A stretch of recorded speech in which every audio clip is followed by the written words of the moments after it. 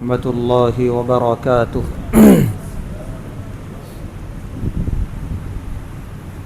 نحمده ونصلی علی رسوله الکریم، اما بعد۔ تمام مصلیان مسجد اور اہلیان محلہ کو ماہ رمضان کی بے انتہا مبارک، ماہ رمضان کی رحمتیں، سعادتیں اور فضیلتیں مبارک۔ اللہ سے دعا ہے اللہ ہم تمام کو اور تمام امت مسلمہ کو صحت و عافیت اور سلامتی کے ساتھ اور تمام عبادتوں اور دعاؤں کے ساتھ اس ماہ مبارک کو گزارنے کی توفیق عطا فرمائے۔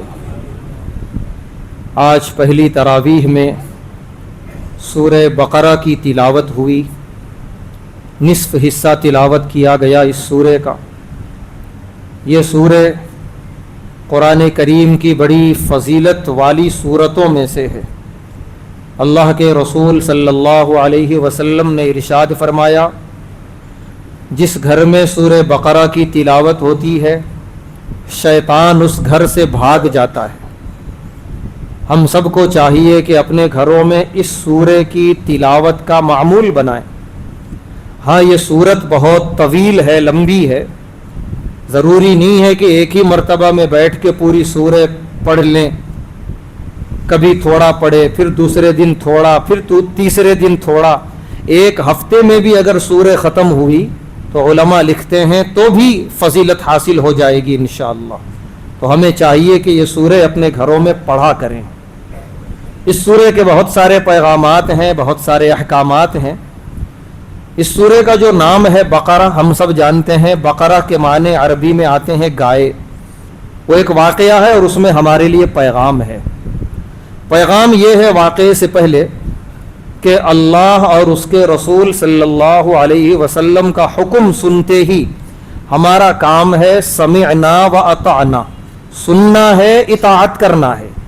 یہی بنیادی پیغام ہے سورہ بقرہ کا، اور اس میں واقع اس آیت کا، اس واقعے کا واقعہ کیا ہوا؟ حضرت موسیٰ علیہ السلام کے زمانے میں جو ان کی قوم تھی بنی اسرائیل، ایک نوجوان بنی اسرائیل کا قتل ہو گیا۔ قتل کرنے والا خود اس کا رشتہ دار تھا۔ رات کے اندھیرے میں قتل ہوا، صبح ہوئی، شور شرابہ ہوا کہ قتل ہو گیا ہے۔ اب یہ معلوم نہیں ہو سک رہا کہ قاتل کون ہے۔ سب حضرت موسیٰ علیہ السلام کے پاس آئے کہ قاتل کون ہے ذرا بتائیے۔ پہلے تو حضرت موسیٰ علیہ السلام نے کہا کہ دیکھو، انبیاء آتے ہیں ہدایت لے کے، یہ دنیا کے جرائم یہ تم حل کرو، ہم آئے ہیں ہدایت کے لیے، کس طریقے سے ہدایت دینا ہے وہ ساری سوالات ہم سے کرو۔ لیکن وہ قوم بڑی ضدی قوم تھی، اس کے واقعات قرآن میں ہیں۔ تو حضرت موسیٰ علیہ السلام نے اللہ سے دعا مانگی کہ اے اللہ قاتل کون ہے بتا دیجئے۔ اللہ نے بھی حکم ویسا ہی دیا، سیدھے اللہ نے یہ نہیں بتایا کہ فلاں بن فلاں قاتل ہے، فرمایا اپنی قوم سے کہیے ایک گائے ذبح کرے۔ وہ گائے کا ایک گوشت کا ایک حصہ، جسم کا کوئی بھی گوشت لے کے اس جو مقتول ہے، جو مرا ہوا ہے، اس کی لاش کو ٹچ کرے، لگائے تو وہ زندہ ہوگا۔ وہ زندہ ہو کے خود اپنی زبان سے کہے گا مجھے کس نے قتل کیا۔ ہونا یہ چاہیے تھا کہ حکم ملتے ہی فوراً اطاعت شروع کر دیتے۔ بنی اسرائیل کو یہ جواب بڑا عجیب سا لگا۔ بیٹھو بیٹا۔ بنی اسرائیل کو یہ جواب بڑا عجیب سا لگا کہ ہمیں سیدھے نام معلوم ہونا تھا، یہ ایک نیا کام کرنے کا حکم آ گیا، اور وہی کہ سنتے ہی اطاعت کرنے کا مزاج بنی اسرائیل کا نہیں تھا۔ اب وہ لوگ سوال پہ سوال کرنے لگے، کسی طریقے سے چھٹکارا ملے اس سے کہ گائے کیسی ہو، گائے کی عمر کیا ہو، گائے کا رنگ کیا ہو۔ جتنے سوالات اللہ ان کے جوابات دیتے جا رہے تھے، کیونکہ اللہ عاجز ہونے والے نہیں ہیں، عاجز تم ہو جاؤ گے۔ اب نتیجہ یہ ہوا کہ سوال کرتے چلے گئے، جواب ملتا چلا گیا۔ اب گائے ایسی ہو گئی مشتبہ بالکل کہ خاص رنگ ہو، خاص عمر کی ہو۔ اب ویسی گائے ڈھونڈو اور تلاش کرو۔ ساتھ میں وعید بھی آ گئی، اگر تم نے یہ کام نہیں کیا اللہ کے عذاب کی گرفت میں آ جاؤ گے۔ تو ان لوگوں نے مصیبت خود مول لی، سیدھے سیدھے اطاعت کر لیتے، اتنی بڑی مصیبت سے بچ جاتے۔ الغرض انہوں نے بڑی تلاش کی، بہت جستجو کی، ایک گائے ایسی ملی اور بڑے مہنگے داموں میں وہ گائے ان لوگوں نے خریدی، یہاں تک کہ ان کو اپنی جائیدادیں بیچنی پڑی۔ ساری تفصیل احادیث میں موجود ہے۔ وہ گائے انہوں نے ذبح کی اور اس کے بعد جو ہے سو اس کا ایک حصہ جسم کا اس مقتول کو ٹچ کیا, وہ زندہ ہوا, اس نے بتا دیا میرا قاتل میرا چچا زاد بھائی ہی ہے. ایک روایت میں ہے چچا زاد بھائی, ایک روایت میں ہے بھتیجا.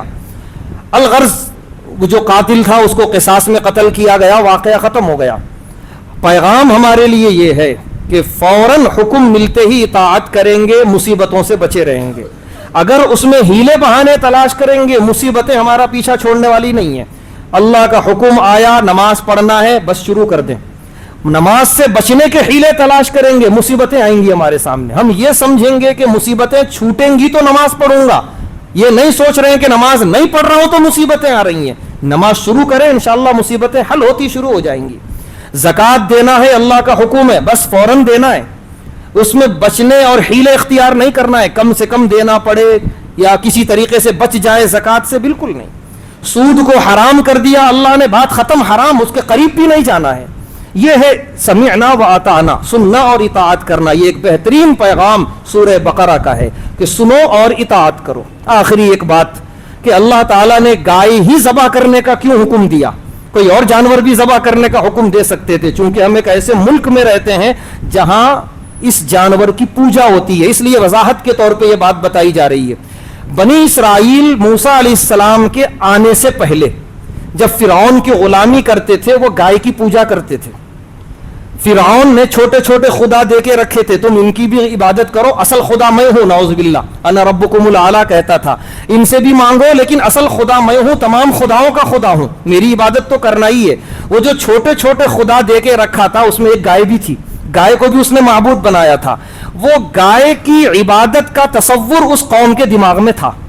نتیجہ یہ ہوا, سورہ طٰہٰ کی تفسیر ہمارے ذہن میں ہوگی کہ موسیٰ علیہ السلام 40 دن کے لیے پہاڑ طور پہ آئے اور سامری جادوگر ایک گائے بنایا, اس کی پوجا شروع ہو گئی. بڑی عجیب بات ہے, نبی ابھی زندہ ہیں, ابھی صرف پہاڑ طور پہ گئے ہیں, قوم گائے کی پوجا کیوں کرنے لگی؟ وہی اللہ نے فرمایا وَأُشْرِبُوا فِي قُلُوبِهِمُ الْعِجْلِ, ان کے دلوں میں اتار دی گئی تھی گائے کی محبت پہلے سے ہی, وہی لوٹ آئی اور وہ گائے کی عبادت کرنے لگے, نعوذ باللہ. تو اللہ تعالیٰ نے حکم گائے کے ذبح کرنے کا اس لیے دیا, یہ لوگ جب اس جانور کو اپنے ہاتھوں سے ذبح کریں گے تو وہ تصور مٹے گا کہ یہ معبود نہیں ہے. معبود ہوتا تو ہماری چھری کے نیچے کیوں آتا, وہ مر کیوں جاتا, وہ اس کا خون کیوں بہتا. اور صرف یہ ایک موقع نہیں, جگہ جگہ اللہ نے اس قوم کو ذرا ذرا سی بات پہ گائے ذبح کرنے کا حکم دیا تاکہ اس کے دماغ سے نکلے یہ گائے معبود نہیں ہے. اسی زمانے میں یہ تصور ہندوستان آیا, وہاں کی تہذیب یہاں منتقل ہوئی ہے. ہم اگر انسانی تاریخ پڑھیں تو وہ تصور آج تک ہندوستان میں ہے, جبکہ مصر والے ختم کر دیے. آج مصر میں ہوں گے مشرک, شرک کرتے ہوں گے اپنے طریقے سے, لیکن یہ گائے کی پرستش کا بوجھ اب نہیں اٹھا رہے وہ لوگ, یہ لوگ چھوڑ دیے, آزاد ہو گئے اس سے. ہندوستان ابھی تک اس بوجھ کے تلے دبا ہوا ہے. اس لیے اس ملک کے اندر اپنی آنے والی نسلوں کو خوب اچھی طریقے سے سمجھانا ہے, گائے نہ معبود تھی نہ رہے گی قیامت تک, معبود صرف ایک اللہ ہے. اور گائے ہی نہیں, کوئی بھی معبود نہیں ہے, چاہے وہ انسان ہو یا جانور ہو یا کوئی مخلوق, صرف اللہ تبارک و تعالی ہی معبود ہیں. تو اللہ تبارک و تعالی نے اس واقعے میں توحید کا بھی بڑا پیغام دے دیا. اللہ تبارک و تعالی سے دعا ہے اللہ تبارک و تعالی ہم تمام کو توحید پر قائم رہنے اور ہر طرح کے شرک و کفر سے بچے رہنے کی توفیق عطا فرمائے, سنتے ہی اطاعت کرنے کے جذبے سے زندگی گزارنے کی توفیق عطا فرمائے. وآخر دعوانا الحمد للہ رب العالمین.